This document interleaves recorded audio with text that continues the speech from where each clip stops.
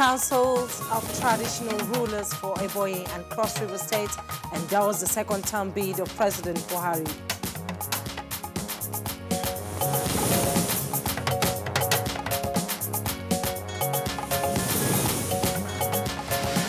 Allow hate speech on your station and be penalized or risk your license, NBC warns.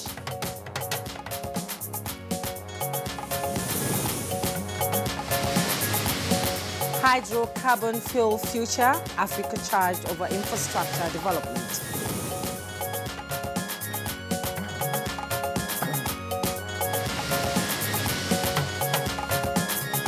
And on Good Morning Nigeria today, our focus is on financial inclusion, capturing the unbanked.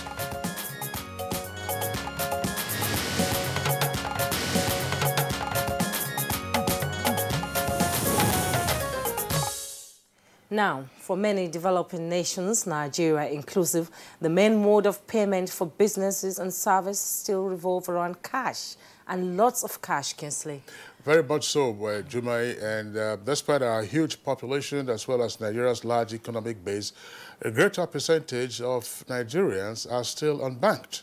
Now, several reasons have been adduced for this development. Quite true, Kingsley. Over the years, bringing financial service to the underserved has remained one onerous task for many governments and representing financial institutions. However, the benefits are enormous, no doubt, if well projected. You're right, Jumai. Now, another march towards achieving that purpose came on last week when the Central Bank of Nigeria unveiled a revised national financial inclusion strategy seeking better practices. And Kingsley, statistics through relevant studies have shown that concerns for financial inclusion are valid if meaningful progress will come through with government policies. Indeed, financial inclusion cannot be overemphasized. Access will bring a turnaround in status and economic stability, poverty reduction, as many means, of course, to entrepreneurs who will, of course, get validated and sustained along the way in terms of their projects. However, needless to say that these upsides to economic viability will continue to elude the nation if we're still having the frustrating figures of the underserved in the system. So, one question to ask is, what are the constraints in getting the huge number of unbanked Nigerians financially included? Another is whether we can ramp up infrastructure, particularly with regard to energy and technology. Now, Kingsley, what should be done to checkmating the key barriers to the desired financial inclusion for the unbanked in Nigeria? Our guests will join us to x-ray these as well as other areas of concern to us, all as we look into financial inclusion capturing the unbanked. That's right, Jumai. Of course, we're going to have our guests who will be talking about this aspect in our conversation segment, precisely on what is required to be done to ensure that the new CBN strategy is realized. It's on that note that I would like to welcome you to this edition of Good Morning Nigeria, reaching you as always on the network service of the Nigerian Television Authority. My name is Kingsley Osadolo. And I'm Jumai Yusuf. I also join Kingsley to welcome you to Good Morning Nigeria. In the course of the program, we shall bring to you our companion segments as well as newspaper review, business, sports, foreign and entertainment. First, let's take the news highlights with Chimobi Walter Inaji. Good morning, Chimobi. Good morning, Jumai and Kingsley. Here is the news. The prospects of President Muhammadu Buhari getting re-elected towards consolidating his Change Nigeria enterprise are becoming brighter as presidential campaign team of the APC crisscross the country to seek understanding and support. And this came to light when the highly revered councils of traditional rulers for Ebonyi and Cross River States formally endorsed the second-term bid of the Nigerian leader.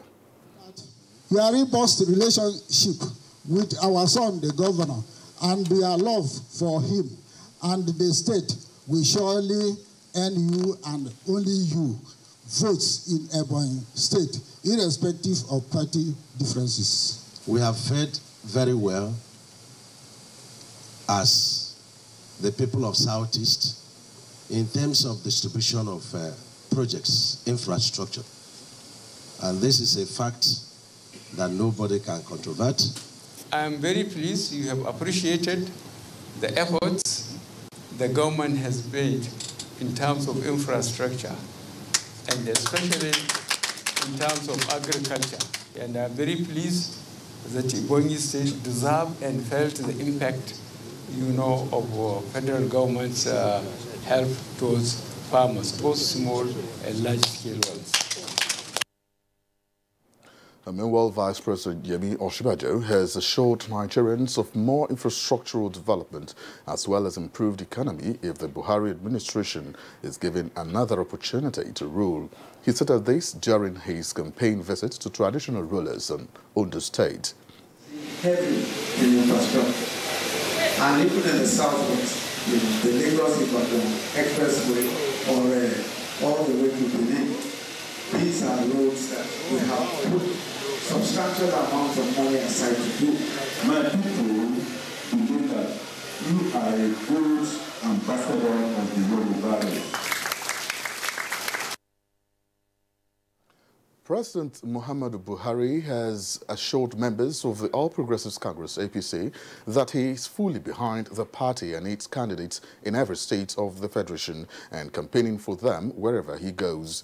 Presidential spokesman Garba Shehu says President Buhari is for the APC in every state, and there is no doubt about that despite his immense cross-party support. He noted President Buhari's open endorsement of Hope Uzodinma, the APC gubernatorial candidate in Imo State, whose hand the president raised high before the crowd at the campaign rally.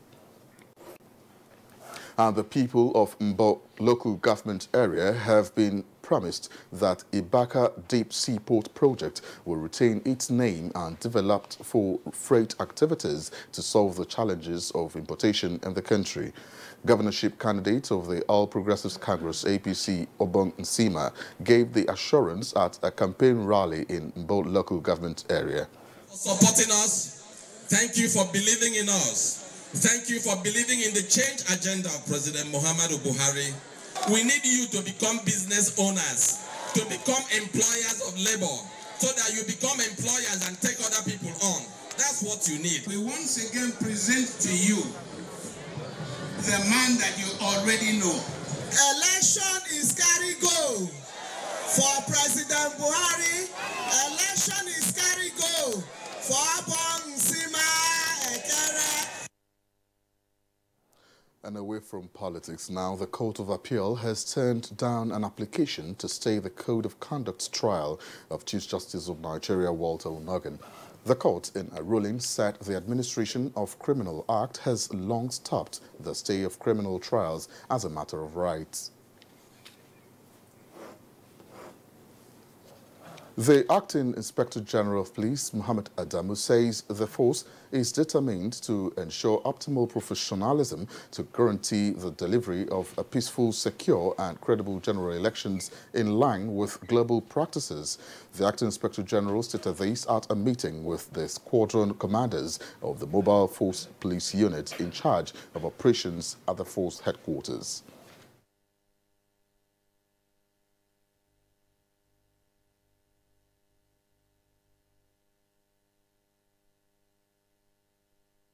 In line with this mandate and in relation to the election security plans, the mobile police force will be deployed to provide robust protection for local and international election observers, INEC officials, and sensitive electoral materials, as well as critical national infrastructures.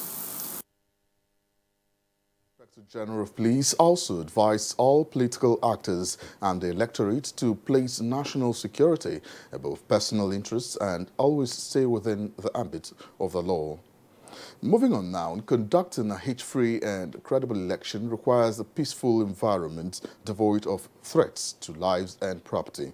The capacity of strategic election stakeholders has been built in this direction in Abuja, courtesy of the British Broadcasting Corporation Media Action. It's the key word or the watchword.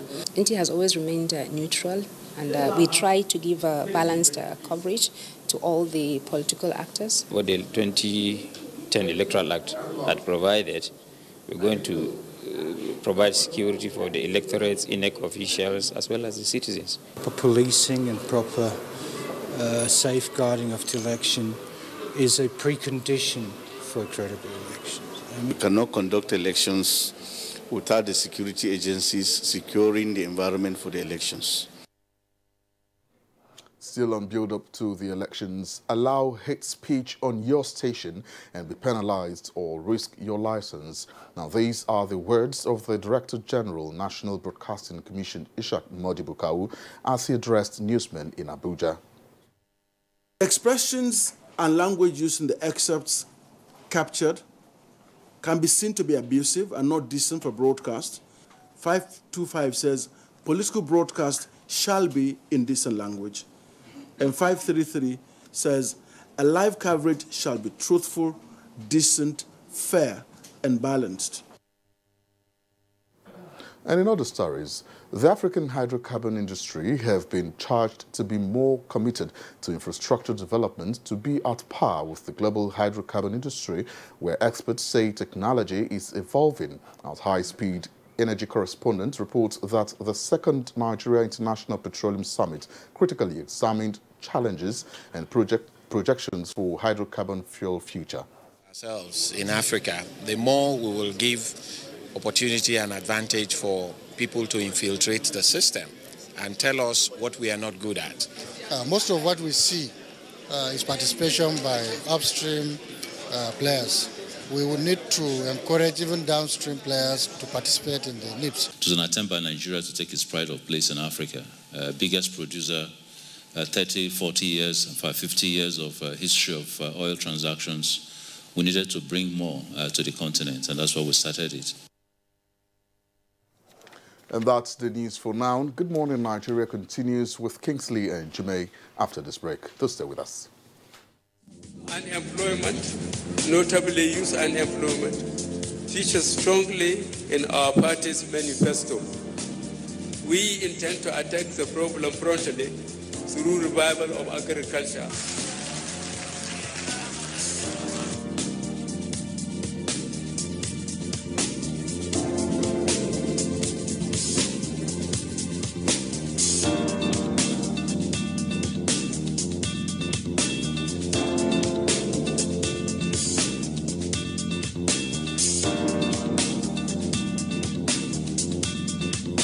The 30K is going a long way. Actually, I bought an acre of land for 60K like 2012, and presently I have a cassava farm and a yam farm.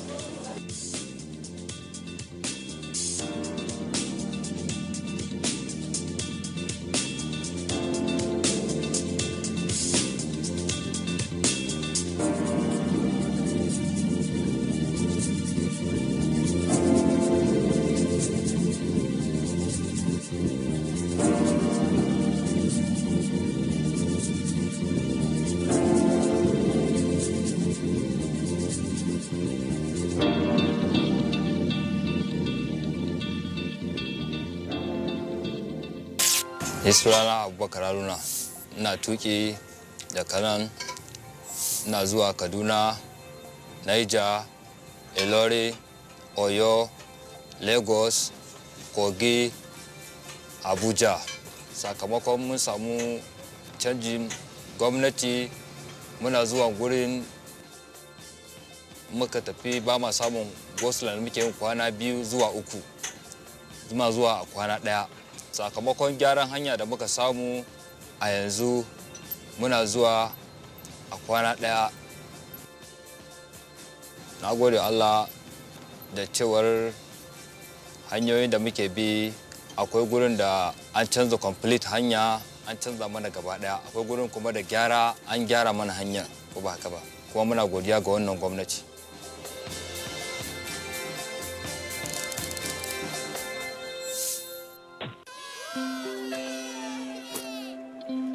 Team huddle. But we lost.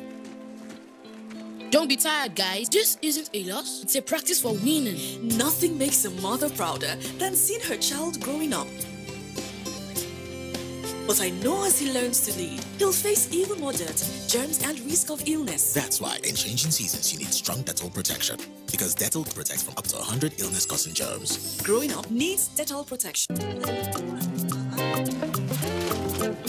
Me, I am ready for the party. Oh yeah, my one job is smart.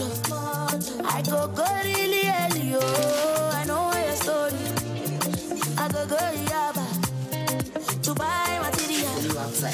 No time I kill it, yeah, me gonna say I don't care. If you see my gele, oh, it go wound everybody. Gele.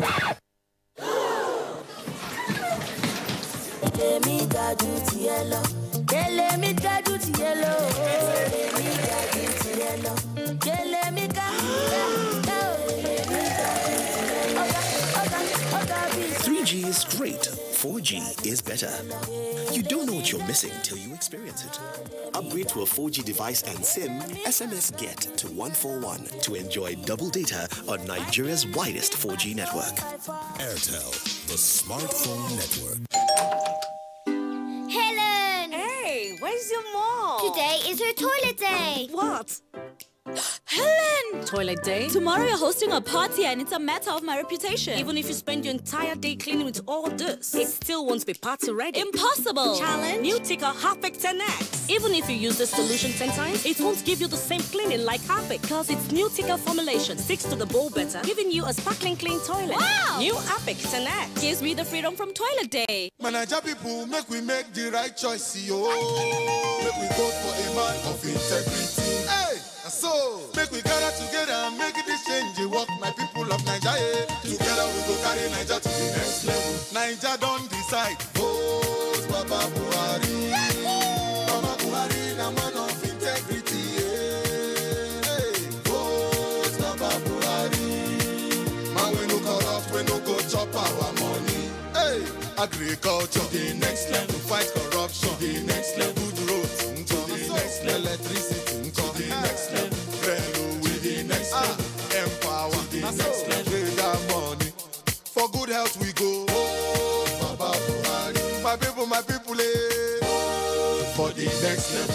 APC, next level. Naija people, make we all come out to vote Baba Buhari. This message is from Buhari Next Level Group.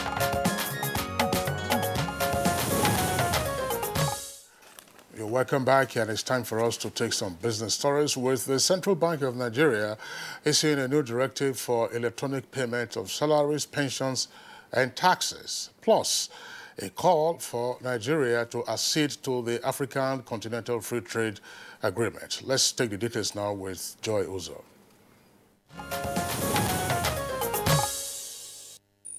The Central Bank of Nigeria has issued a directive for the commencement of the end-to-end electronic payment of salaries, pensions, suppliers, and taxes in the country. The directive is contained in a circular payment by quality effective from the taxes initiative towards the closer. Joy.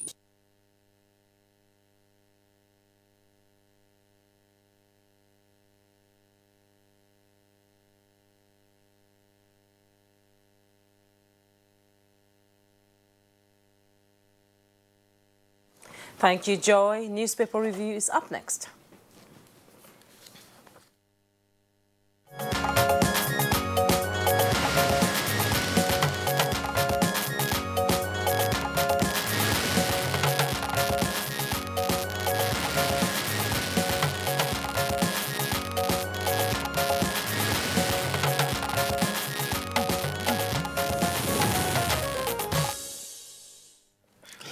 Our newspaper reviewer, Bayo Atoyebe, is with us in the studios. Bayo, good morning and welcome. Thank you, Kinsley. Good morning. Good morning, Yumai. Good morning, Bayo. Good morning, Nigeria. All right. Well, first of all, before we begin with the headlines on the front pages of the papers we have this morning, we have to apologize for the abrupt end to our business package. We had some challenges with the video and audio of that report. Now, the Daily Sun is our first newspaper, and there is an earpiece there, as well as a lead story, all focusing on corruption. The earpiece says, Appeal Court okays Onogen's trial at CCT, with two riders fracas in court as NBA attempts to disrupt sitting. And law must take its course, that's according to ACF. And lead story says, with a kicker, grass-cutting contract and Ikoyi cash haul, SGF, Babache, and Oke face fraud charges. EFCC to arraign accused on 10 count and 4 count charges. That's for the Daily Sun. Right at the foot of the front page, Ambode must present budget or face impeachment That's according to the Lagos House of Assembly. Details on page 39. And Kingsley, I have the Daily Trust. Below the hidden plate, we have CCT set to resume case as Onoge fails to stop trial. And EFCC files charges against Babachir Lawal Okeda is on page 3. And our headline says, I will accept outcome of credible polls, Atiku, with a rider which says, will consider amnesty for repentant looters. Obasanjo, former VP, will not be hijacked by cabals. And we have the picture message there, former President Olusegun Obasanjo, PDP presidential candidate, former Vice President Atiku Abubakar, and Chief Olabode George during a business lecture at the Lagos Island Club in Lagos yesterday. At the bottom plate, INEC releases final list of Gabo candidates today. That's on page 5. I will continue to reposition police, judiciary, Buhari. That's on page 18. FG targets 2 billion from oil, gas lease license renewal. That's on page 17. Kisley. Bayo, let's take any of the two. Yes, let's start from the courts. Particularly, the Abuja division of the Court of Appeal has dismissed the appeal by the suspended Chief Justice of Nigeria, challenging his trial alongside the motion to temporarily remove him from office. In a unanimous decision, the 3-panel of judges ordered accelerated hearing at the Code of Conduct Tribunal. Vanguard reports that the appeal court noted that Justice Onogen had in a ruling banned the grant of stay of proceeding in criminal matters. They also recall that the suspended Chief Justice of Nigeria had identified the Code of Conduct Tribunal as a tribunal that has quasi-criminal jurisdiction, and therefore, citing the case involving the Dr. Bukola Saraki as an instance. The court held that Section 306 of the Administration of Criminal Justice Act of 2015 forbade the grant of stay of proceeding in criminal matters. The Code of Conduct Tribunal was asked to abide by the provisions of the criminal law. 4-count charges have been preferred against the former Director General of the Nigerian Intelligence Agency, while a 10-count charge was preferred against the former Secretary to the Government of the Federation, Babachir Lawal. In the suit filed by the Economic and Financial Crime Commission, it was alleged that the former Secretary to the Government of the Federation had conspired with the director and staff of Roller Vision Limited to fraudulently acquire property. In another, they were alleged to have abetted the award of removal of invasive plant species for 6.4 million through presidential initiative for the Northeast, otherwise known as PAN. That is what is properly known among the newspapers as the grass cutter contract. They are expected to be arraigned next week. The ex-Secretary to the Government of the Federation was removed from office last October following a report of investigation headed by the Vice President. Meanwhile, the former Director General of the National Intelligence Agency, Mr. Yodele Oke, and his wife, Olashade Oke, are also to face a trial in Lagos. Mr. Oke and wife are to appear before a federal high court judge in Lagos on Friday. All right. Thank you. Babachir, that's over the grass cutter incident. Yes. His removal was in 2017.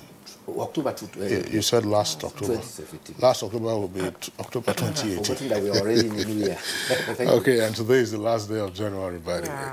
Okay, let's return to the papers. Punch is at page 10. That's politics today. Elections, that's the kicker. NBC to sanction 4 stations over hate speech. And INEC releases final list of governorship candidates and others today. Impostors and renegades behind Buhari's endorsement, that's a claim by Afenifere. And APC knocks Ladoja and allow Akala for attacking Ajimobi.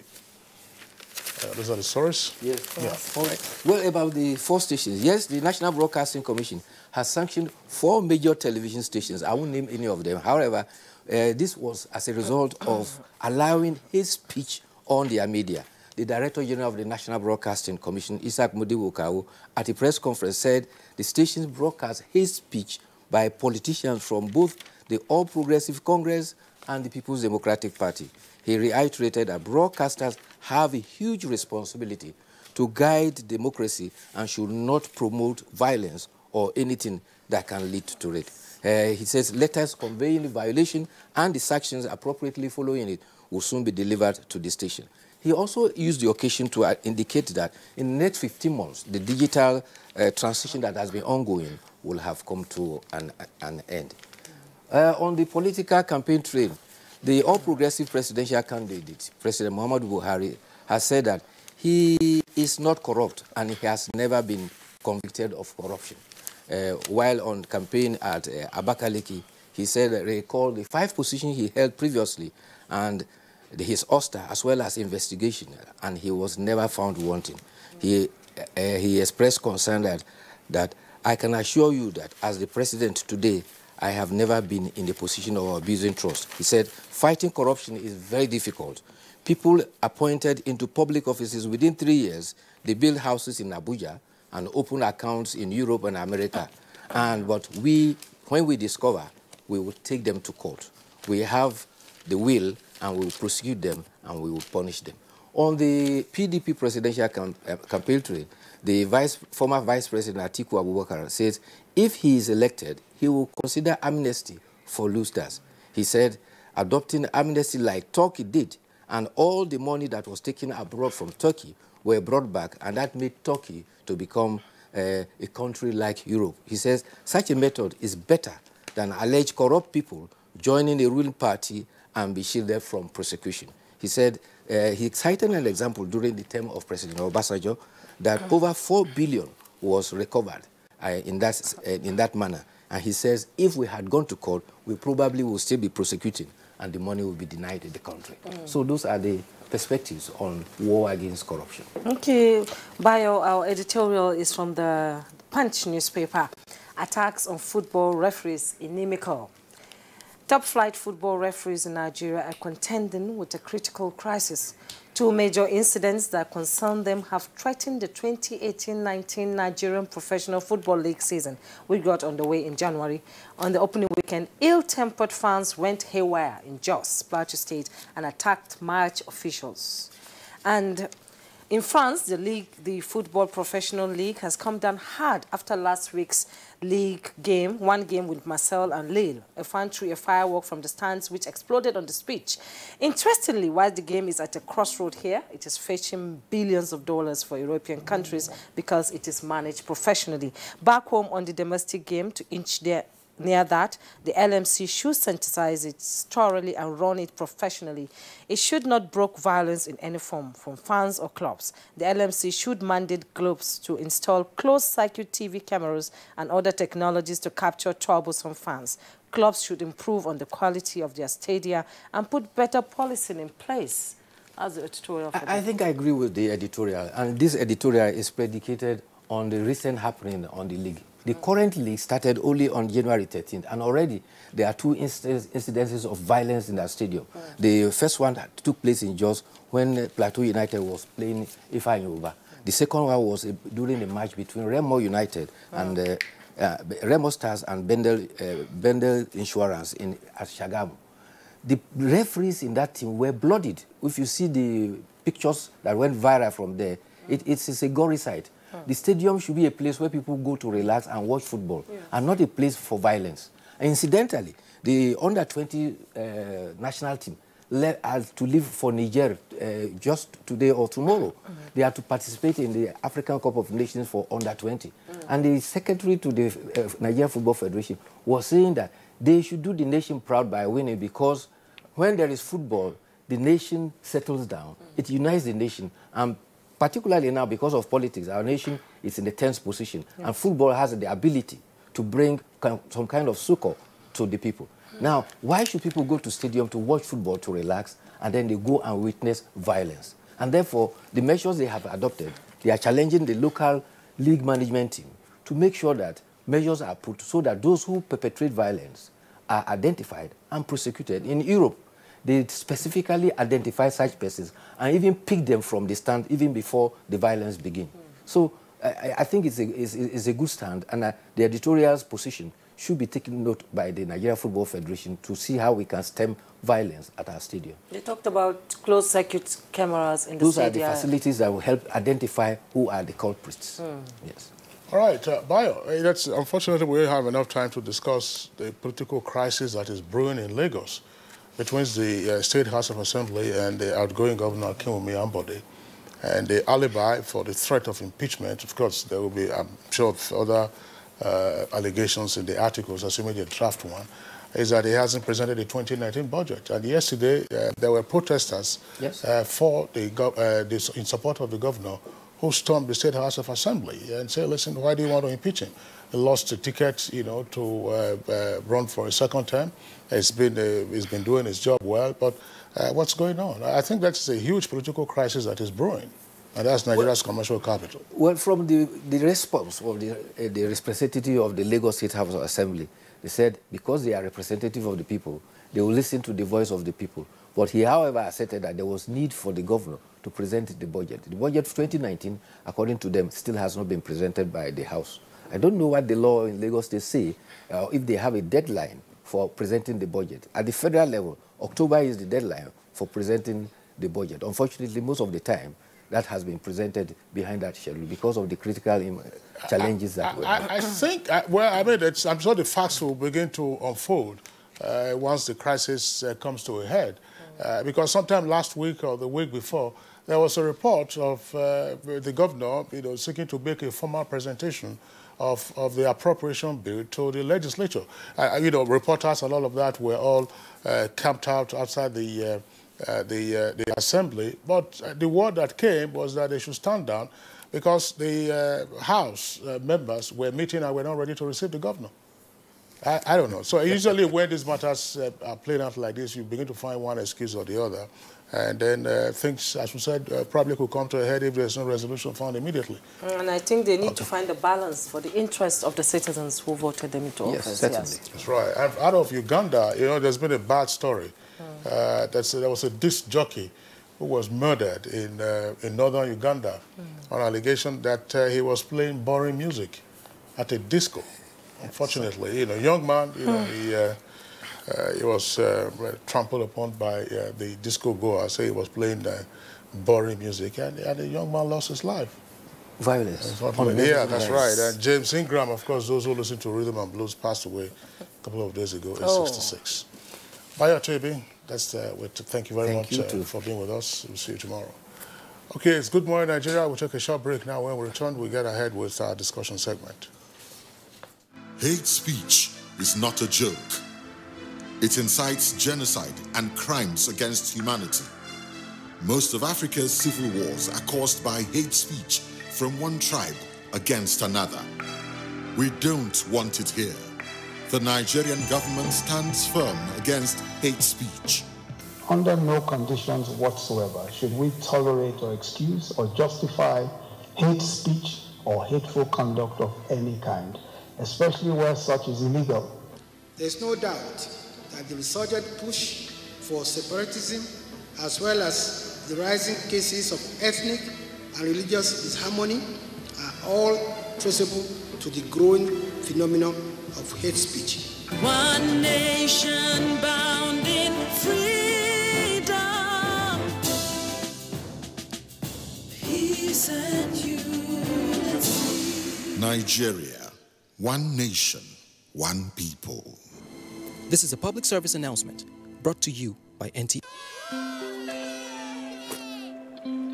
Team huddle. But we lost. Don't be tired, guys. This isn't a loss. It's a practice for winning. Nothing makes a mother prouder than seeing her child growing up. But I know as he learns to lead, he'll face even more dirt, germs, and risk of illness. That's why in changing seasons, you need strong Dettol protection. Because Dettol protects from up to 100 illness-causing germs. Growing up needs Dettol protection.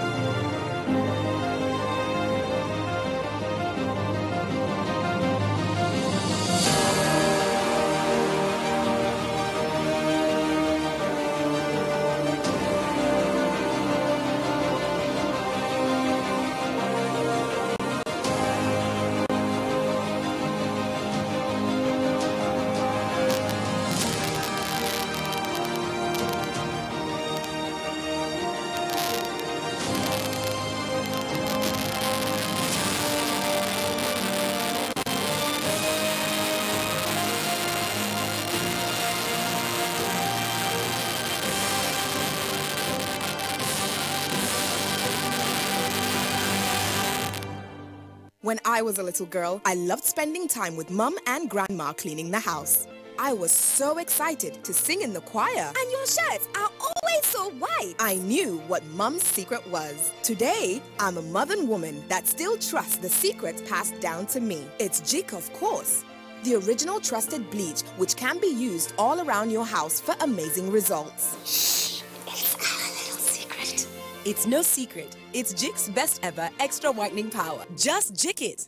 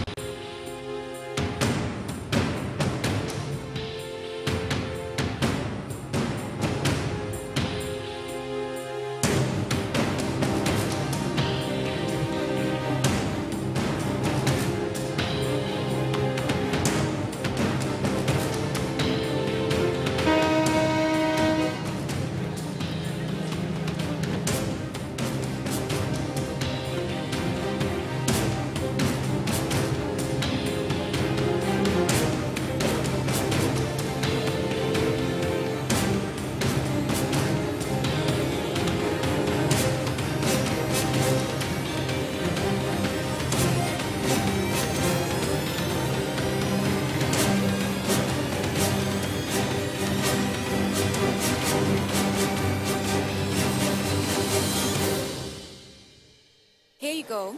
Madam. That's it. Those nairas are enough. Hi, dear. Helen! You got so much even after spending so little. Savings is such a necessity. You save everywhere, but here, you lose it all. How? With this? Impossible. New Tika Apic 10X. Even after applying up to 1 liter of your solution multiple times, you won't get the same cleaning that Apic gives you in a single round. And the expense? Far less compared to your 1 liter of solution. New Tika Apic. Tough and cleaning. Tough and savings.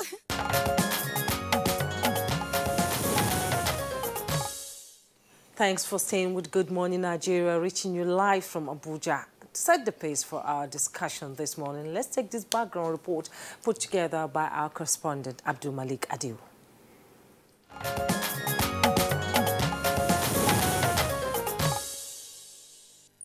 To accelerate growth in the financial sector in Nigeria as a key driver in becoming one of the world's largest economies, the federal government introduced the National Financial Inclusion Strategy in 2012. 7 years down the line, it is with a renewed vigor that the Central Bank of Nigeria strategizes to ensure greater participation of more Nigerians in the nation's financial sector and to reduce unbanked population by 20% by the year 2020.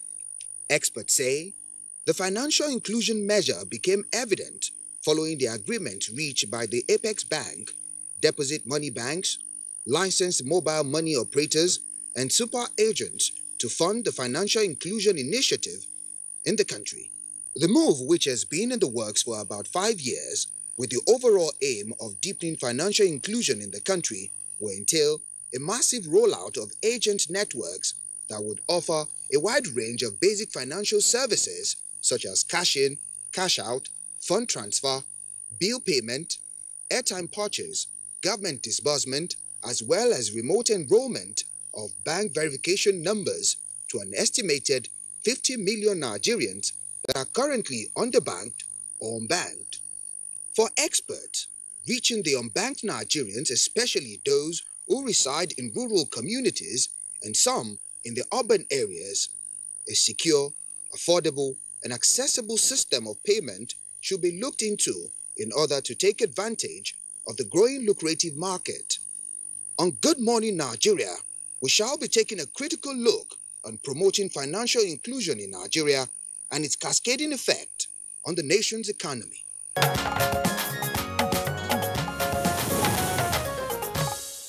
Well, joining us on the studio now is a regular guest on Good Morning Nigeria, Dr. Emeka Okengu, a development economist. Dr. Okengu, pleasure to have you again on the program. Pleased to be here, sir. Thank you. Happy New Year. All right. And also, joining us from our Benin Network studios, regular face on Good Morning Nigeria, a professor of economics and non-executive director and member of the Monetary Policy Committee of the Central Bank of Nigeria, Professor Mike Obadan. Professor Obadan, pleasure to have you with us on the program.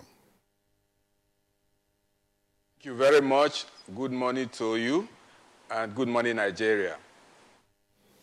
And joining us from our Lagos studio is Dr. Uche Olowo, the President, Chartered Institute of Bankers of Nigeria. Welcome to Good Morning, Nigeria.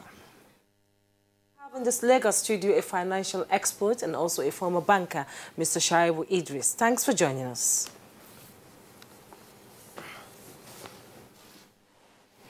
All right, so the gentleman you just saw. All right, let's just take them off. The gentleman to the left of your screen, that's Shaibu Idris, and to the right of your screen, that's Dr. Uche Olowo. One has a tie, the other doesn't have a tie, but they are both from the banking sector, by the way.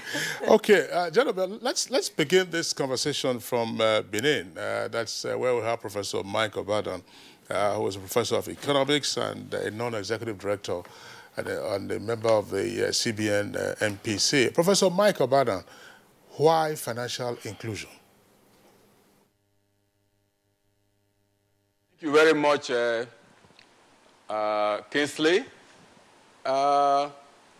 Financial inclusion is important because it is of great significance to economic growth and development of the country.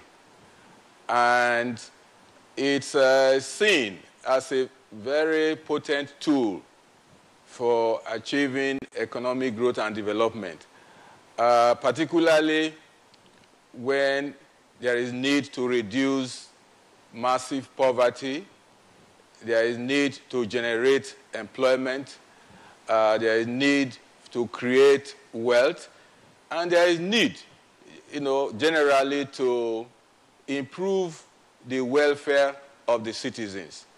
And so it's felt that if the citizens, the people of Nigeria, have good access to financial services, it's a kind of empowerment that will enable growth to be stimulated and promoted. But then perhaps I'll just say, what is financial inclusion?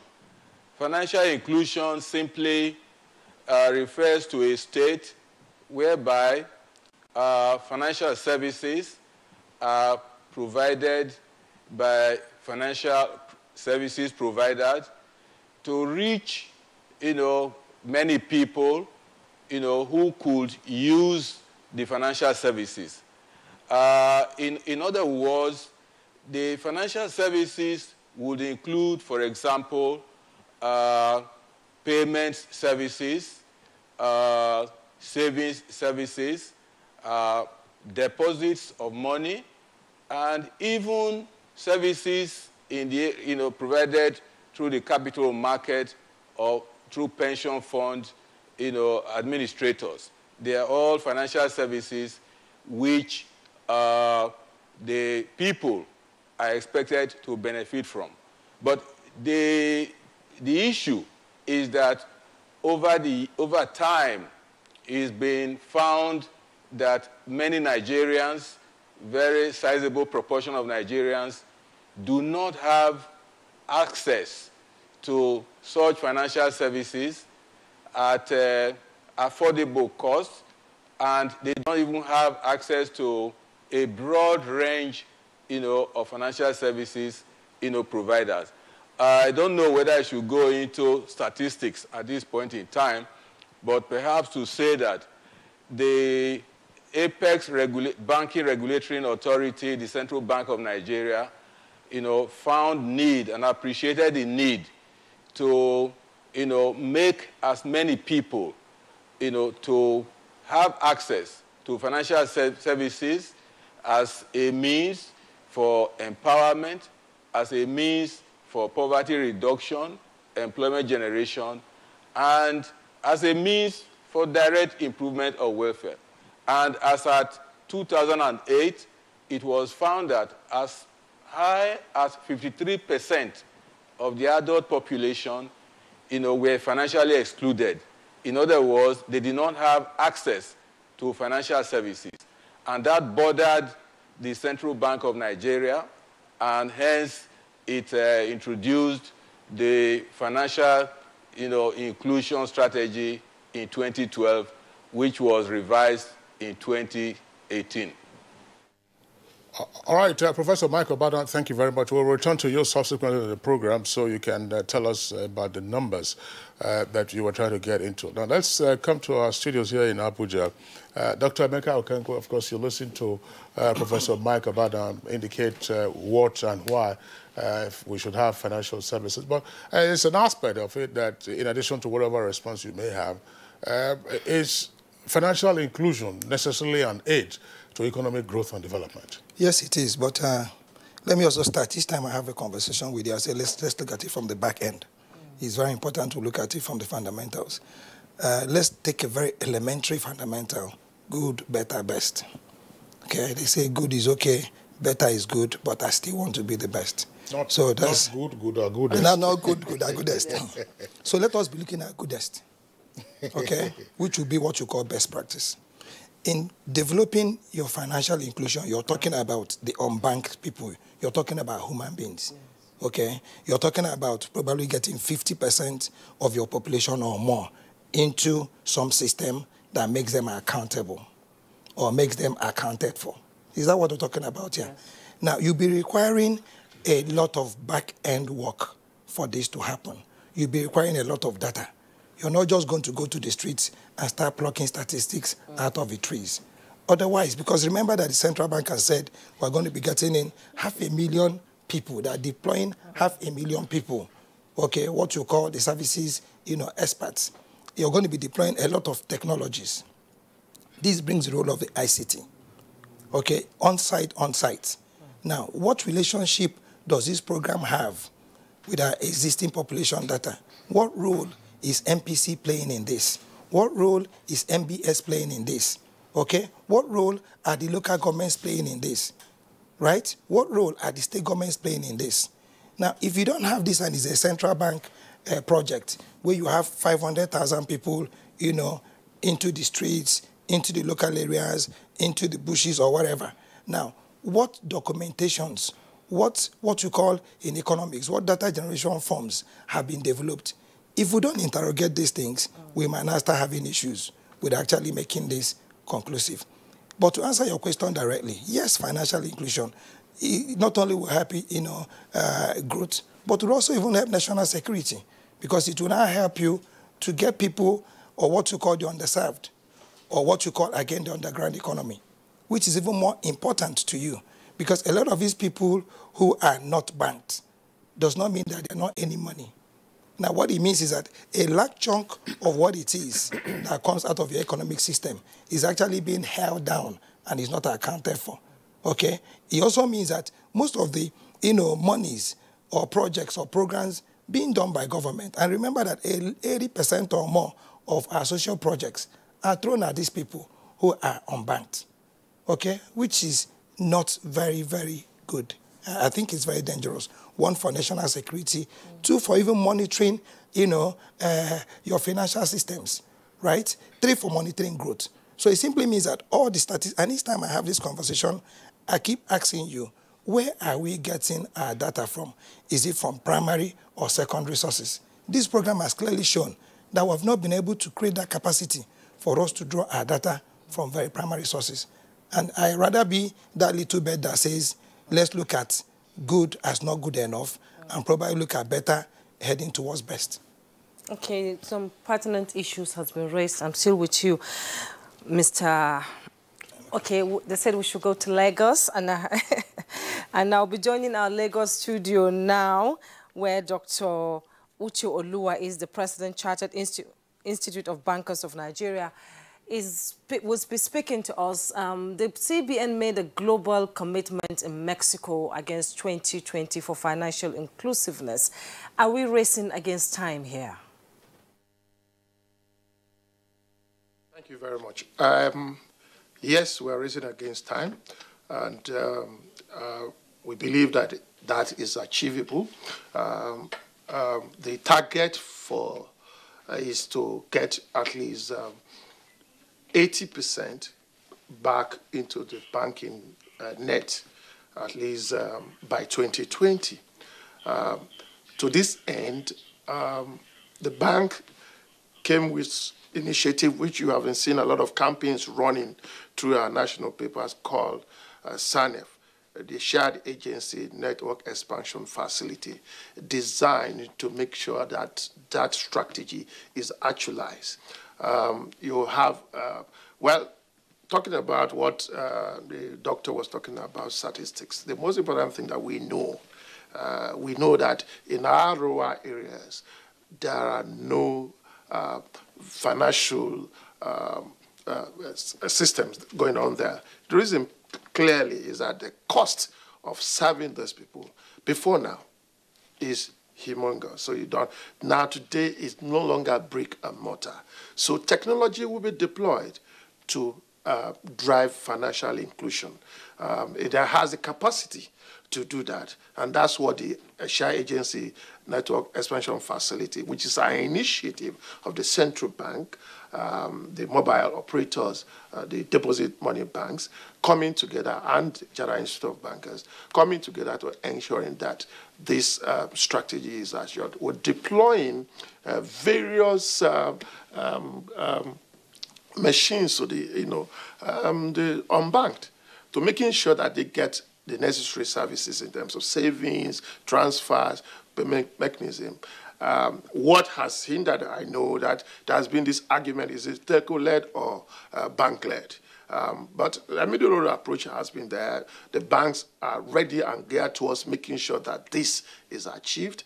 And then we also have the payment service banks that have just, some of them have been licensed. All is designed to making sure that by 2020, if we're not achieving that 80%, which is the desired goal, we should be doing at least 70%. I believe it's achievable because the necessary barriers that have been inhibiting this financial inclusion, especially in KYC, the BVN, all that have been addressed today, so that we expect that 2019, you're going to see a lot of people bringing down to the net. I think it's a very good initiative. We support it, and I believe that it's achievable. All right, Dr. Olo, thank you very much. My question is going to Shuaibu Idris, and of course, Olo, we may also wish to chip in there along with the other guests. Financial inclusion, I mean, some persons might argue that, well, this looks like a psychedelic phrase to describe what, in fact, had been going on in the past, but seemed to have been interrupted on account of new banking practices. I'm saying this against the background of what we all know, that there were some banks that were often described as being too big to fail in this economy.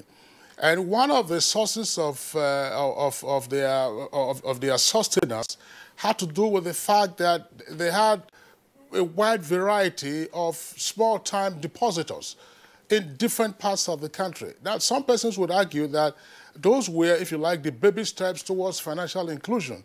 And then all of a sudden, as banks started chasing public sector funds and, the big funds you would get from the oil and gas industry, there seemed to have been a less emphasis on those number of small-time depositors with the bank. So is that what we are looking at here again? To say, listen, ramp up the number of small-time depositors and then, of course, also ramp up the services available to them. Can we do that on the basis of current practices by banks? Thank you very much, Kingsley, for that question. But I think you got it a bit wrong. Yes, you could say there is an axiom which posits that there are certain institutions that could be said to be too big to fail. But I think the discussions we are having here on financial inclusion, and with particular reference to the global best practices as it were, I think it's a bit different from the historical perspective of the Nigerian banks, where quite a number of the old generation banks, have had customers that were spread all over the country, some of them predating even Nigeria, because some of these banks have existed prior to, say, 1960, when Nigeria got its independence. What is happening currently, and indeed not just in Nigeria but all over, is countries of the world are realizing that there is need to get more and more people within the context of the financial system. When you get people within the financial system, you are able to generate savings. And when you generate savings, then there could be investment. When there is investment, there could be development in the economy. And indeed, there will be significant reduction in poverty. This has been alluded by Professor Obaden from the Benin studio. And yes, maybe there has been a paradigm shift or a kind of a change in the attitude of the banks because of the financial, implication or the cost, as my colleague here, the president of the Chartered Institute of Bankers said, the cost implication of chasing small-time depositors in the last, say, 25 years was a bit prohibitive and so high. So the banks were looking at, should I continue to chase these small-time depositors when I'm not even able to recover my cost, talk less of break even? So why don't I marshal my energy and my efforts towards getting deposits, say, from the high net worth individuals or from the government or other, multinational companies operating in Nigeria? However, with technology, we're now having, the opportunity, just like, again, Doctor has said, the shared agency network will somehow reduce significantly the cost of, getting people to be, included in the financial system. And that way, the banks will have no reason whatsoever not to use the shared agency network to be able to reach out to the unbanked population. And I think somehow, I'm not too sure if we will be able to achieve the target by 2020. We are already in 2019, and we have just, if you like, less than 24 months to the end of 2020. And how much knowledge is the common man on, say, the street of even Ikorodu, as close to Ikorodu is to Lagos, understand about this issue of the shared agency network? When you go to even Damaturu, the capital of, say, Yobe State, or other smaller settlements around that area, how many of them read newspapers? So yes, as far as the policy is concerned, it's laudable, and on paper it looks good, but I think the implementation we are lacking in terms of the push and the drive necessary to achieve the target by the year 2020. My statistics is showing we just about 30% financial inclusion. So the level of the penetration is a bit slow, and we are worried. And unfortunately, 60%, 55% of the Nigerian populations are the ones that are most affected with lack of financial inclusion. And what am I talking here? The states in the northern part, the 19 states, are the ones that are worst affected with financial inclusion. When you look at financial inclusion on a state-by-state basis, you realize that Lagos and the southwestern state, Enugu and the southeastern state, Port Harcourt and the southern state, they have a fairly higher financial inclusion rate than other parts of the country. And yet, the level of publicity that is required so that the country can work on the same frequency is somewhat suspect. Shuaibu, thank you very much. I would like Dr. Uche to also respond to this. Maybe I should just recontextualize my question. When I used the analogy of the label of what we used to hear then of banks being too big to fail, it was because I said that, look, those banks, of course, were chasing deposits, as Shuaibu also indicated, and these were small-time savers spread around different parts of the country.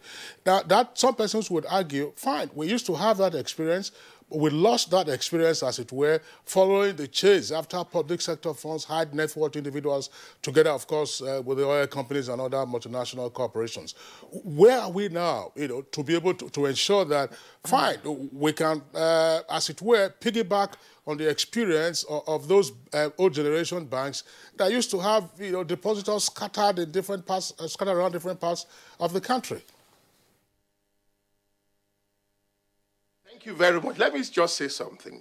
Clearly for us, TSA has put a lot of pressure. So the issue of public sector funding is, challenges there is there for the banks.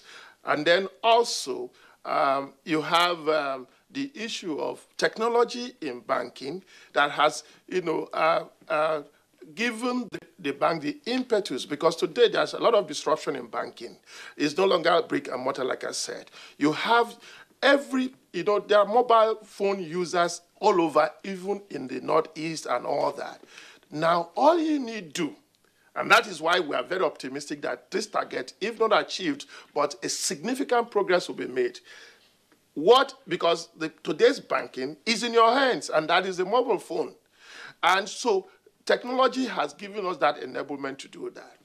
And also because of the systemic risk that banks have faced either in the oil and gas sector and some other sectors, it's very attractive for them to mobilize this deposit from those rural depositors, because when you aggregate them, the banks are actually aggregators. So the market dynamics and shift support the bank to go towards that direction of mobilizing deposit from the rural area, alongside doing what they know best to do, supporting the economy in terms of the large. So all you've seen that you have now segmented the market properly. The retail, the future of banking is in retail banking.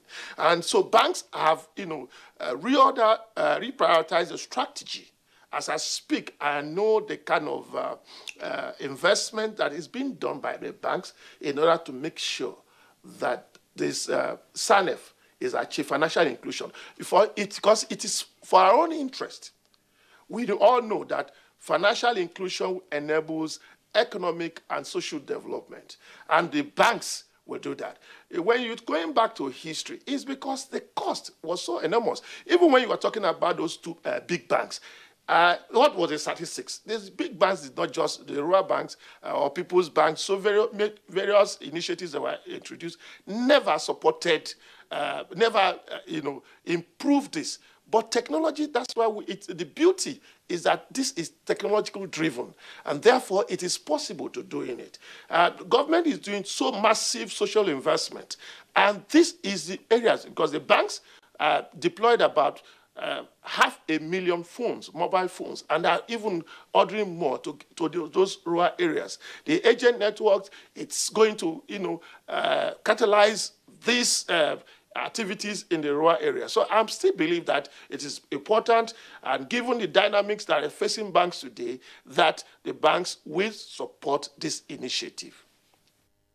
And still with you, adequate financial stability is very important.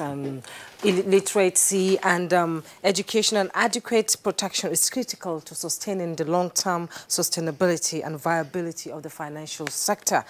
It is also key to the success of the policy, as you just mentioned. So how are these achieved? And most Nigerians are in the rural areas. What are the modalities in place in the policy that will address and reach out to these people in the rural areas to encourage them to do banking? Because most of them feel they can't put money in the bank, they don't trust the bank. So what is the policy addressing towards that?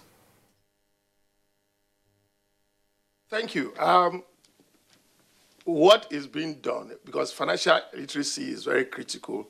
The banks under the subcommittee of the Bankers Committee on Financial Literacy, they've done quite a lot of jobs in terms of reaching out to various areas, educating the people, making them know the importance of having bank accounts. We are also broadcasting the benefits of this policy in the various local languages where they can relate to it, and are using some influencers in their various local communities to drive home the importance of embracing this important policy that will uplift them from poverty, because they now have access to financial services, that is not driven by brick and mortar, but with their own convenience on the telephone. Clearly, that literacy is very important.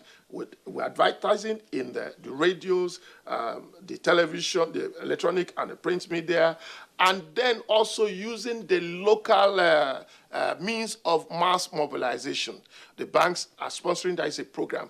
In fact, the banks have a structure. The SANEF is even managed by a complete structure that this is part of their program to making sure that the people are educated in the various local languages.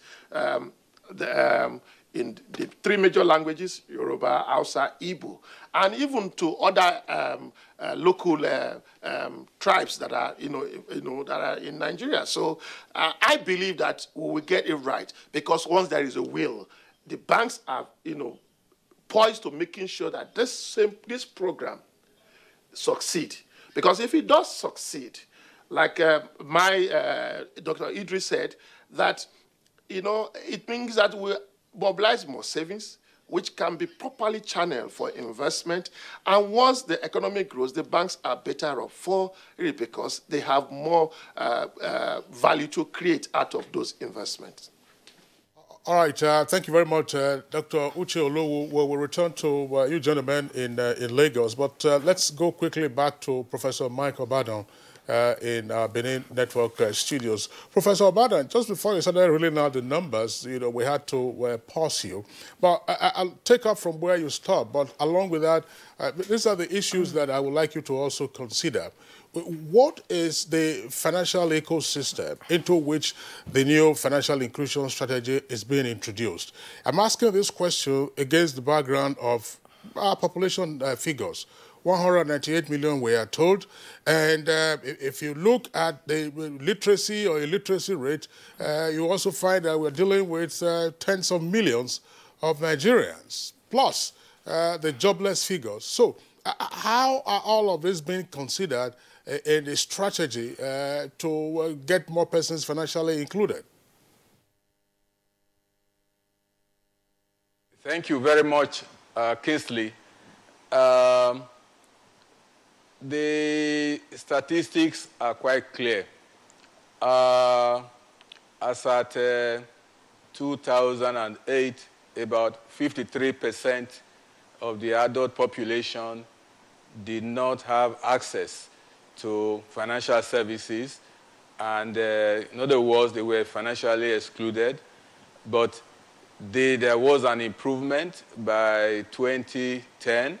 The financial exclusion rate dropped to 46%.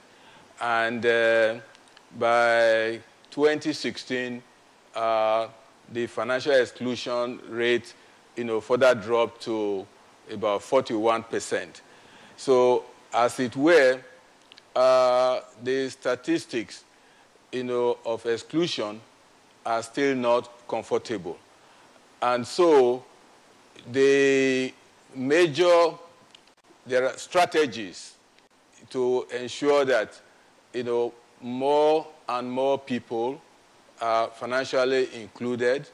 And in other words, fewer people become financially excluded, such that by 2020, the target of 80%, would be, reached. No doubt there are challenges, in the financial inclusion, scheme. The implementation of the strategies, the implementation is constrained, as it were, by numerous challenges. You talked about illiteracy. That's a major factor. Even when, the financial services are brought closer, to the people in various areas, the ability or capacity to engage with the various programs is also very much in doubt, because the literacy rate, is on the high side, and the practices of the, deposit money banks are such that they tend to scare, the people, particularly the illiterate ones in the rural areas. And even if we are talking about, mobile financial services or cashless financial services, to what extent will people, market women, don't have much education, artisans, traders and similar groups be able or be encouraged to use financial services. So invariably, the strategy to reach out to them must be one that brings financial services much closer to them. I know, Kingsley, you spoke before very correctly that those days, the deposit money banks, had a policy of, having many branches, in the rural areas, and, that was supposed to bring financial services closer to the people. We also had community banks, you had People's Bank, and many others. But over time, some of those schemes, collapsed. And like you rightly said, the deposit money banks began to look more towards government deposits. And, not much emphasis was on making access, easier for people in the rural areas. So the strategy that I think is good with the National Financial Institution, Financial Inclusion Strategy is considering is the strategy of agent banking. And so expansion of financial services to include agent banks as providers.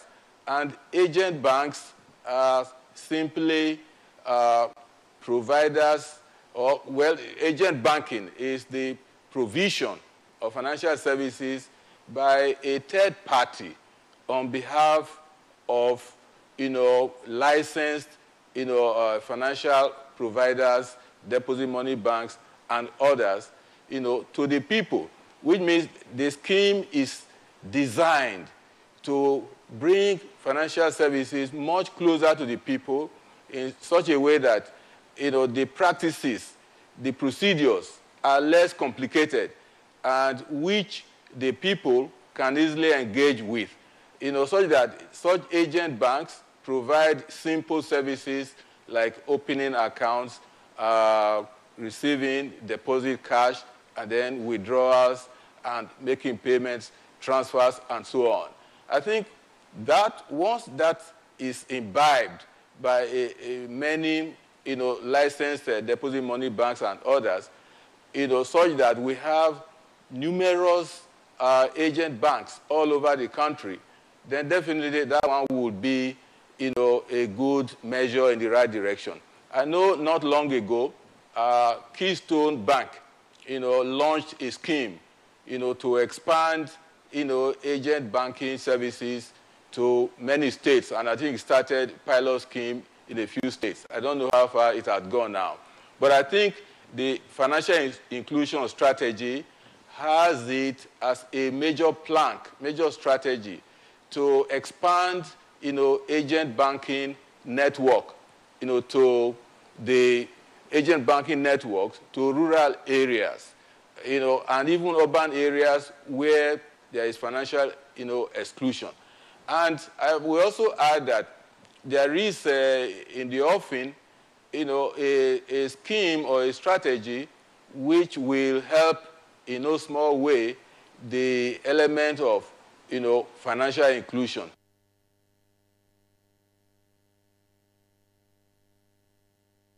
Thank you, Thank you, Professor Mike Obadan. We're now coming back to our studios here in Abuja. He raised a lot of issues, and this number of the unbanked, how has it impacted the Nigerian economy over the years? Well, I think we should try to further disaggregate this story. Unbanked and people who don't have access to financial services. Remember, there is truly no community. You don't see one unlicensed banker or financial service provider. In some climes, they call them Osusu, for the purposes so that everybody can understand what we're talking about. I think what we're doing is that we are focusing too much on the front end, like I said. If you look at, if we're going to be including those people who walk from streets to shops, to shades, to villages, carrying these small machines, which the CBN has identified as the off-site. There are very few that have not been included, using probably an agent. So what you need to do is to first and foremost do a scoping study, if we are to get this right. Because if you don't start with a scoping study, you're going to now also be excluding those who might become your pathfinders. And who are these? These are these small agents you see every day. I'm even sure in your office here, I won't be surprised if you people have that kind of system, where on a monthly or weekly basis, you people are contributing 10,000, this person takes, the other person takes. That person who is holding that money is actually the person that this program should be targeting. Do we have such statistics? You see, this is why I'm saying that I don't think we're starting this program. We're starting it good. It's a very good program, but I'm insisting that it has to be done well. If we create a framework that first and foremost identifies what is, for us to say, oh, over 50 million Nigerians are unbanked. True, it could be so, because they don't have direct access to banking services. But it might not be very correct to say that the same 50 million people are excluded from financial services. Well, are you seeing where the difference is coming now? No, not exactly, Dr. Okengo. What you're describing, the label you use, the Susu scheme, yes, which is very common amongst our people, that is a savings scheme.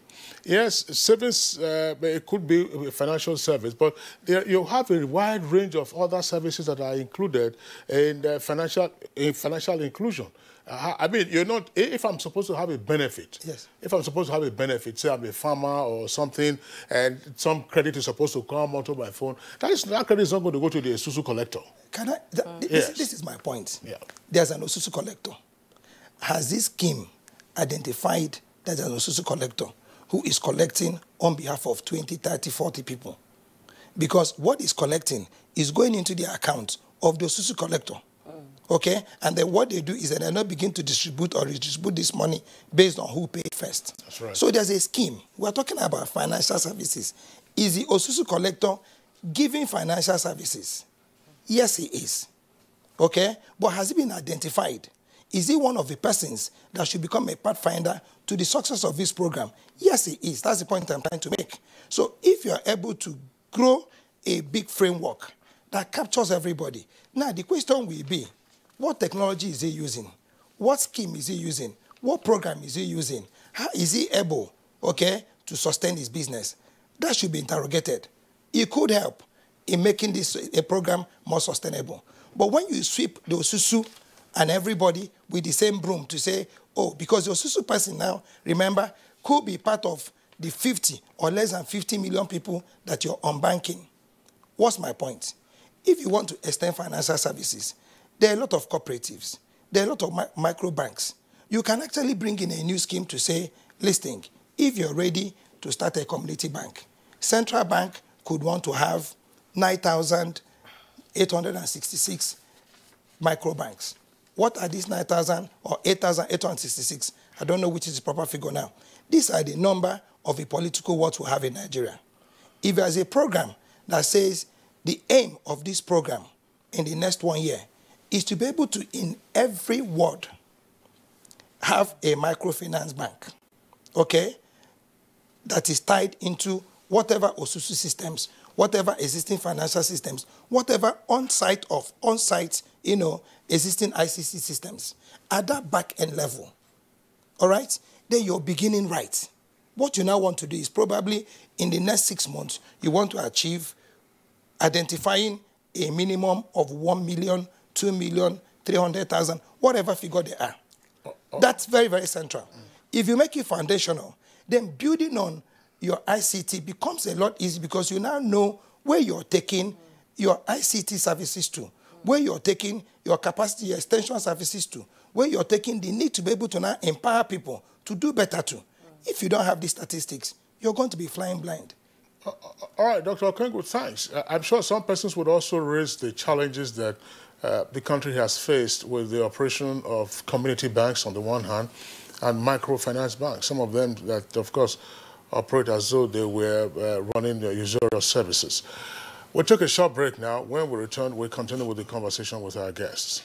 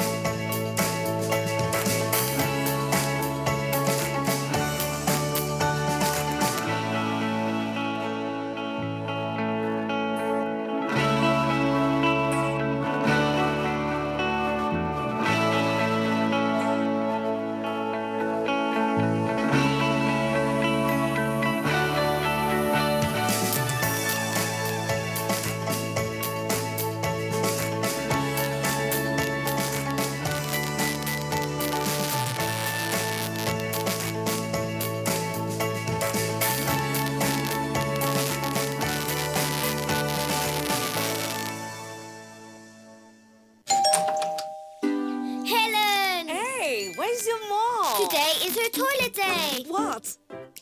Helen! Toilet day? Tomorrow you're hosting a party and it's a matter of my reputation. Even if you spend your entire day cleaning with all this, it still won't be party ready. Impossible! Challenge? New Ticker Harpic 10X. Even if you use this solution 10 times, it won't give you the same cleaning like Harpic because it's new Ticker formulation sticks to the bowl better, giving you a sparkling clean toilet. Wow! New Harpic 10X gives me the freedom from toilet day. Sore throats? It's often caused by bacteria and viruses. Feels like they're having a party. You need Strepsils. It soothes the pain, plus it fights the germs with 2 germ-killing actives. Double power in 1 lozenge. Bye-bye sore throat. Take Strepsils. NTATV College regrets to announce the postponement of 2 short courses, Camera Operation Techniques and Photojournalism Photography, earlier scheduled for 4th February to 1st March 2019 and 4th to 29th March 2019, respectively. A new date will be communicated to the public as soon as the general elections are over. All inconveniences caused by this postponement are regretted. Please, for further inquiries, please contact us on 0803 314-4383 or 0806-980-9807. TV College Jos, training you to be the best you want to be.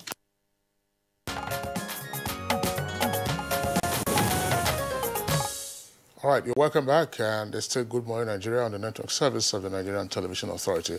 Just to take some of the tweets that have come in on the subject matter, Sani Michael Amakoji, one of our regulars, says, governments at all levels have tried to bring something of such, that is to say financial inclusion, to the table, both in the past and now. But corruption in our system has been a stumbling block. Recently, there was a report of how some ICT persons saddled with responsibility of registering trader money beneficiaries were caught collecting bribes from the beneficiaries. And Dele Jack Solomon says there is need to financially empower our women in Nigeria, particularly the northern Nigerian women, through low or no interest free financial services initiative to enable them become more financially stable, to build their businesses and support their spouses to meet family needs. And Yusuf Lawal tweets, now the sensitization is not enough with regard to financial inclusion, but I believe that where remarkable improvement, most especially with the coming of mobile financial services in rural areas, people will have access to financial services easily, and that will enable them to do more. And Ibrahim Modu Aji tweets, the over 70% poor unbanked Nigerians, even at the urban areas, were mostly due to wide ranges of issues like illiteracy, religious belief, and lack of confidence in the banking sector. There is need for awareness to Nigerians on what is financial inclusiveness. And Ibrahim Modu Aji says trader money and conditional cash transfer to the poorest of the poor by this administration is another form of financial inclusion, because many beneficiaries of these schemes were now banked in the remote villages. Now, these schemes need to be sustained to include more poor Nigerians. So that's the mantra we are taking. In the meantime, let's return to our guests in Lagos. Mr. Shuaibu Idris. Mr. Idris, of course, you've listened to the other guests as to what they have said on aspects of financial inclusion. But earlier, you were talking about the spatial distribution of the unbanked or underbanked in the country, and where there are vast differences, plus public enlightenment. In your opinion, are these quick fixes? Yes and no, Kingsley. Yes, it can be quickly fixed if there is a will, and like the popular saying goes, where there is will, there is a way, and therefore we can do it. Like Dr. Uche said, he's quite optimistic that we can meet the target by the year 2020. However, there are 2 or 3 fundamental issues that we need to be looking at always. Number one, we are operating in one country and we have a government, and policies are not espoused in sync with one another. Financial inclusion on a standalone basis will not be able to be successful if we don't look at other governments or policies that need to, to probably be in sync with the financial inclusion. What am I talking about? Education. The illiteracy level is a bit on the high side. Why will there be a handset, telephone handset that could have Chinese alphabet or Arabic alphabet or Indian alphabet, and the country is not working with any of the technology providers to have handset that could be in 1 or 2 of the major languages in Nigeria? This could help in quickly achieving, financial inclusion, because greater proportion of Nigerians are not generally educated in quote-unquote Western education. That is number one. Number two, one of the tweets you received, alluded to the fact that the trader money would have been an avenue to expand, financial inclusion. I'm not too sure if the trader money distribution has, largely been incorporated or somewhat taken in tandem with the policy of financial inclusion. What am I saying? The gentlemen and ladies that would have received this trader money, say in Aba, Area Market, or in Kantunkwari, Kano Market, or Lugbe Market, or in Ibadan, or what have you, how many of them were given the money through the banks? What we have been seeing is largely Bank of Industry going around distributing these monies as if there is no need to get these guys, under the umbrella of the financial system.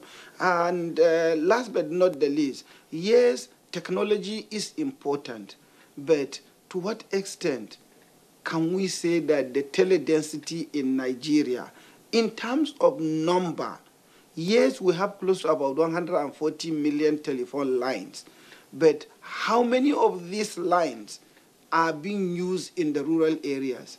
Most of our communities are not covered by the service operators. The villagers on telephone lines, they use them when they come into where there is network, and when they go back to their location, there is none. A friend of mine just lost his son. I've been trying to reach him, and I was just told that he's gone to his village and there is no network in the village. So that is what calls for my caution as to, is it possible to achieve the target figures of 80% financial inclusion by the year 2020. That is why I have a bit of a reservation, because when you look at, the underlying technology, the underlying issues that need to be addressed in order to achieve financial inclusion figures, we don't appear to have the capacity financially, for example, as a country,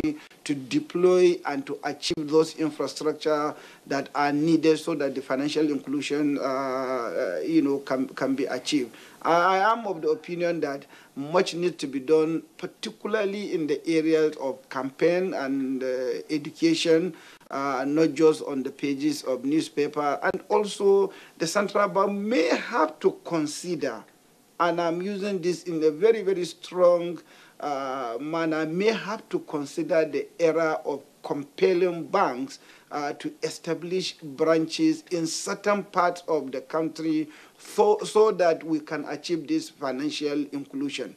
And in doing so, I think we should, the banks should be made to understand that certain kind of structures need not to be put in place. Kingsley, I tell you, you take somebody from, say, my village, Dogwandawa, he or she comes to Kaduna and sees, I won't mention a bank name, but and see one of these high street bank offices.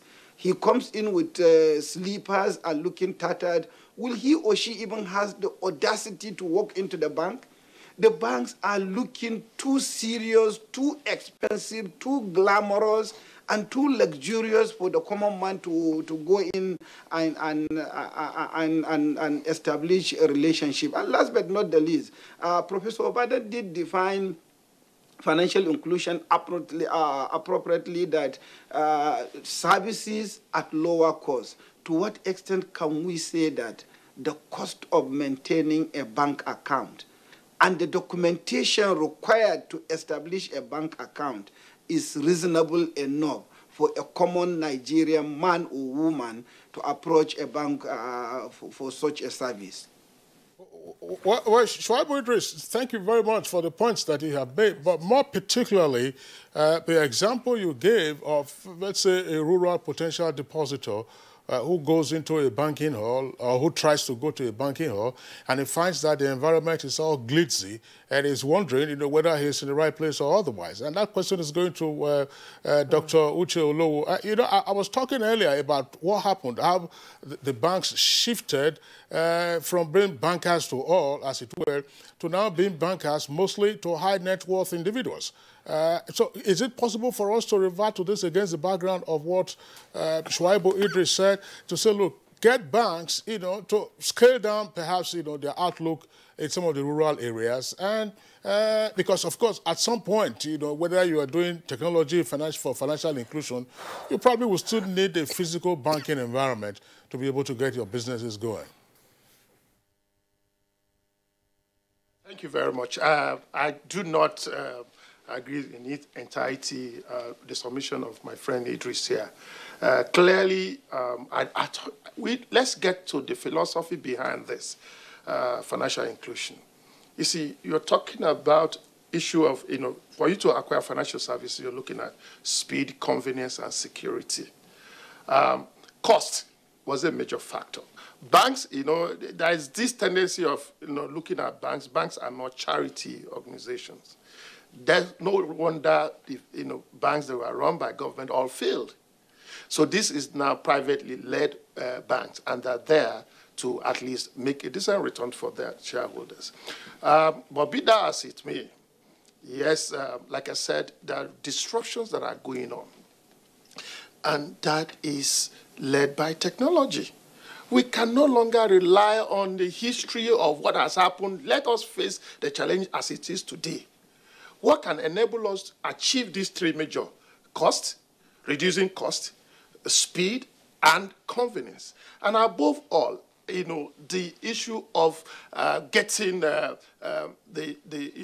essence of banking is to make sure that the financial system continues to maintain some level of stability, bringing accumulation of savings, mobilizing savings from the surplus units to the deficit unit. All that is what you should understand. So having established that philosophy, now how can we serve best? Because it's an interest that the financially excluded must be brought into the financial system. Clearly for us, technology has made that simple for us. We are talking about in the rural areas. I come from a place where almost everybody, they have telephones. Yes, I agree. And that's why we have even deployed so much the SANEF program. I don't know, maybe we have to do more in terms of awareness and education of what the SANEF program is, designed to achieve. Professor Obadan talked about the agency banking. It's all included because it's a standalone, it's an SPV of the banks, the central bank, and even the mobile operators, to making sure that we reach those unbanked through technology, and they can have access to financial services in terms of payment, insurance, and even pension, they could receive their pension scheme. The issue of saying that, it's not all about mobilizing savings. It's also getting them to access, financial services. I can tell you today that banks, brick and mortar, is not, there are different strategy for different markets. For the rural areas, you don't expect them to go building the bank branches. No, we can serve you better through as technologically enabled through that with the help of the telcos. Everywhere you can reach almost every part in Nigeria. Yes, the tele density you have said, I don't have the real statistics, but I think it has improved a lot. It is possible. It is doable. With the fear of not trusting bank, not having the banks are poised to making sure they change those narratives. As this policy was designed in conjunction with the Bankers Committee. So everybody it has a skin in the game. It is designed to making sure that we support government in its aspiration to making sure that, everybody, at least 80% that target. Yes, is 80% possible. Why am I so optimistic? It's because of the critical mass that technology affords you. All we need to do is that if we can get the telcos, the infrastructure, the platform to work efficiently well, it's a lot easier. The barriers to KYC account opening, they have reduced significantly, those barriers, so that you can walk into the banks. The standards for opening a normal account, it's not the same thing as opening for those SANEF programs. So it is, things have been done in a way to making sure that that strategy is realized. I can tell you that the man who works with bedroom slippers to, a very magnificent banking hall, he will be attended to, because bankers are trained to offer service. They know the reason why they should offer service. So if he's intimidated, we don't want them to be intimidated, and that's why we're taking those services to their doorsteps. We are using influencers who speak their languages to making sure they understand what is being put forward to them. And I think from the feelers I have from member banks and the corporate, the rural population is embracing this SANEF in much manner that we never even expected. And that's why I am upbeat that we will continue to drive. And what you should understand is that when bankers are poised to doing a thing, they will achieve it. That is the truth. I keep on saying that if other sectors of the economy have driven their own contribution the way bankers have done, I don't think we'll be talking where we are. You talked about issue of microfinance bank, People's Bank, and all those various initiatives. Those initiatives did not work because, one, you couldn't get the issue of speed. The factor of speed, you couldn't. The factor of cost, you couldn't. It costs so much to deliver those services. In fact, today, technology has, reduced those factors, that inhibited, financial inclusion. So it is left for us to now, with all zeal and vigor, pursue this laudable program. Because for us as bankers, the end game for us is that we mobilize these savings. It gives us the opportunity to even do financial intervention better. So I believe that we'll do. And to my colleague in the Abuja studio, you need to understand that we're not talking about only mobilizing savings. We're talking about issue of the whole value chain of financial services. Because there's those that have retired to their rural areas and they are pensionable. They don't need to come to the urban center to receive their pension. And then there are so many other things, those other financial services, insurance and all that. It's an opportunity to making them come into and enjoy this. And that will perhaps liberate and uplift us, our population, to making sure that we live a better standard of living. So it is important that we do it, and we are going to do it. I do not have any, I can bet it that by 2020, if we don't get to hit 80%, we will be closer to that. And that is, it's been done in Bangladesh. The bank-led, it's been done. If it's done in other climes, why can't it be done? We have, the fintechs. Nigeria is leading one of the revolutions. So it is possible, and I believe that it's going to be done. Thank you so much, Dr. Uche Olowo. And back in our Abuja studios, he raised some issues on what you said earlier before we went to Lagos. Do you believe in the viability of reaching the 80% target by 2020? Well, you see, there's something that is happening today, and I think all of us must understand it. While we have one side saying, oh, Nigeria has a large coverage of ICT, and that person is saying, oh, in my village or this is not there. So we're doing a lot of postulations. I'd like to tell Dr. Olowo that the most important thing in a banking relationship is trust. And trust is being able to interface with somebody at his level. Okay? You had painted a picture of a very big house. There are places the man wouldn't even want to enter. He has 1,000 or 300 he wants to go and put in it. And somebody had told him, you're going to be spending 10,000 to open an account and probably paying XYZ. But if he had a guy who could come with a simple jeans and T-shirt, talking his language, you will find out that you begin to now build more trust. You understand him and he understands you. What language are we speaking to these people? You have 500,000 agents you're mobilizing. I've said it before. You have less than 9,000 political wards in Nigeria. Who are these agents? Where are they being mobilized from? What scoping studies have been done? You're talking about getting inclusive financial services. You cannot begin to get inclusive because there are demands. You're just not going to, because you've gotten an account open, then government begins to give you money. There are also demands for you to be able to even get into this program. Another person has spoken about the trader money, program, which would have been a perfect, what you might be able to call, platform for you to launch this. But we missed it. Why did you miss it? Because you went into the market, started counting this money in bullion vans, and you were giving it to these people in cash. Now, if you had gone into the markets maybe 2 months or 3 months or 1 week before this thing, to go to the market leadership to say, give me the names of all your members. Every market has it. You'll be shocked. Every market in Nigeria has a list of members and what they do. Now, against these members, give me the account numbers of your members. Now, this is what it is you want to do. You begin to do this. First and foremost, do we even have the statistics of traders in Nigeria? Do we have the statistics of markets in Nigeria? You're talking about being optimistic. You must be optimistic, but you must be cautious in your optimism. It must be driven by data. It must be driven by statistics. If you don't have the proper statistics, how do you plan?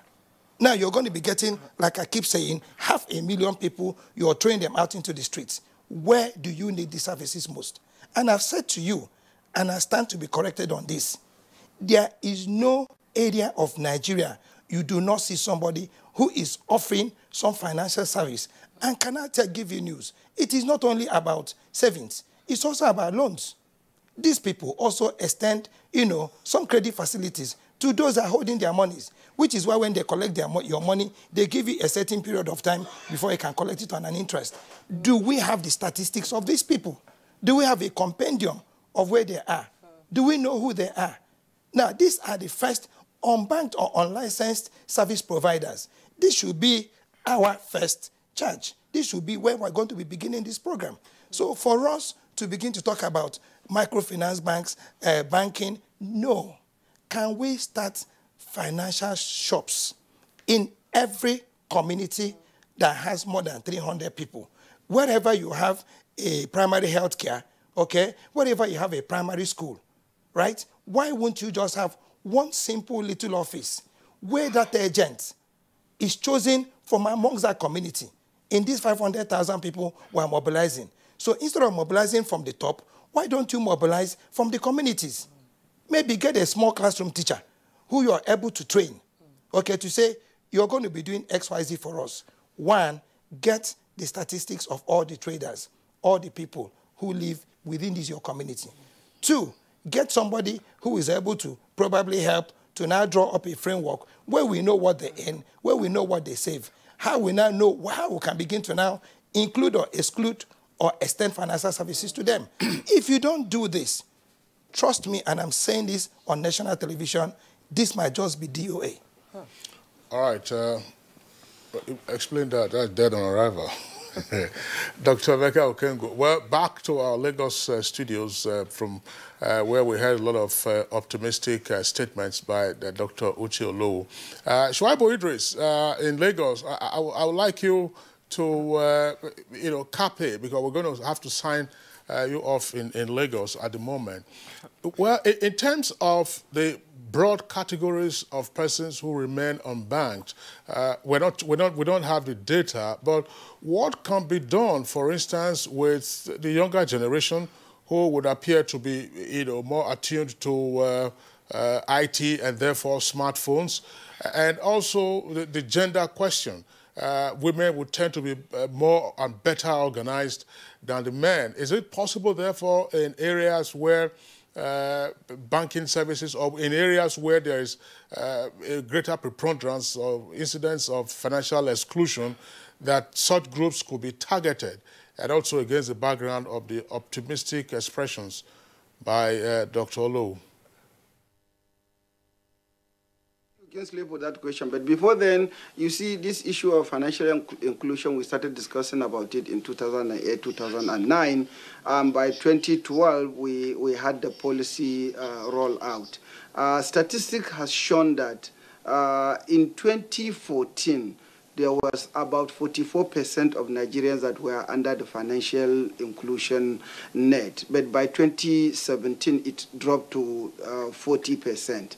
And these statistics, I'm not conjuring it, they are from the central bank statistics. Now, if you go to other climates, Ghana, Uganda, India, by way of examples, all of them, were able to achieve close to about 100% improvement within a very short period of time. We could borrow from those climate to see what exactly happened and how they were able to do. And I think, I'm also a banker. I used to be a banker. Dr. Uche says we bankers do our things differently, and if everybody were to be a banker in Nigeria, Nigeria would be a better place. I do allude to that also, and I think is the correct position to say. But back to your question on the young generation, I think as far as we are concerned, and as far as this issue of financial inclusion is concerned, the younger generation probably need not to be discussed about, because most of them have gone to minimum primary school and at worst secondary school, and because they are attuned with the society and with technology, they are already within, if you like, the banking net, because they are using data, they're using social media. So you will certainly see them, 80% of them have accounts. And the only reason why the balance of the 20% may not have account is either because they have finished school and they don't have work, or they have other challenges that you may think. But I think as far as the younger generations are concerned, call them 12 to 18 years of age. These are population that I believe they are already in the banking net. And we will progress a little further. Nigeria is likely going to, even without doing much effort, we could see the financial inclusion figures improving by the year 2025, largely because of increases in literacy level of the country. Actually running out of time, so we have to sign you off. We thank Dr. Uche Olowo, the President, Chartered Institute of Bankers of Nigeria. Thank you for coming on Good Morning Nigeria. And Mr. Idris, thank you also for joining us. Back here in Abuja, Dr. Yeah, just before yes. we take it, we still have Professor Mike Obadan in Benin. Yeah. Professor Mike Obadan, there are a number of points that have been placed on the table.